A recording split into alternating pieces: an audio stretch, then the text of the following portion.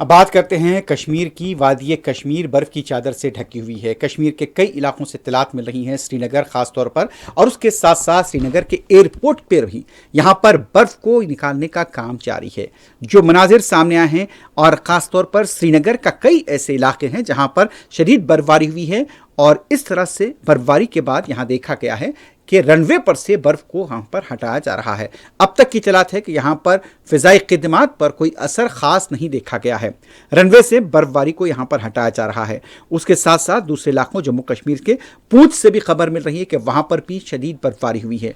आप देख सकते हैं कि वादी कश्मीर की ये पूरे इलाके बर्फ़ की चादर से ढके हुए हैं। दरख्त, पहाड़, हर चीज़ यहाँ पर देखी जा सकती है। बागात का भी दिलकश मंजर पेश हो रहा है, और सयाहों की बड़ी तादाद इन दिनों जम्मू कश्मीर के इस मौसम से लुत्फ अंदोज हो रही है।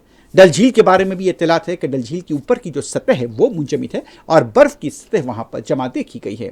और कश्मीर की खूबसूरती इस मौसम में वाज़ेह तौर पर नज़र आती है कि आप देख सकते हैं कि ये पार्क, ये बाग, यहाँ पर बर्फबारी की वजह से यहाँ पे कई हर जगह पर बर्फ़ की चादर देखी जा रही है। यहाँ तक के डस्टबिन जो लगाए गए हैं वो भी बर्फ़ से ढके हुए देखे गए हैं। तो वादी कश्मीर में खूबसूरती का ये मंजर आप देख रहे हैं, हर तरफ सफ़ेद चादर नज़र आ रही है।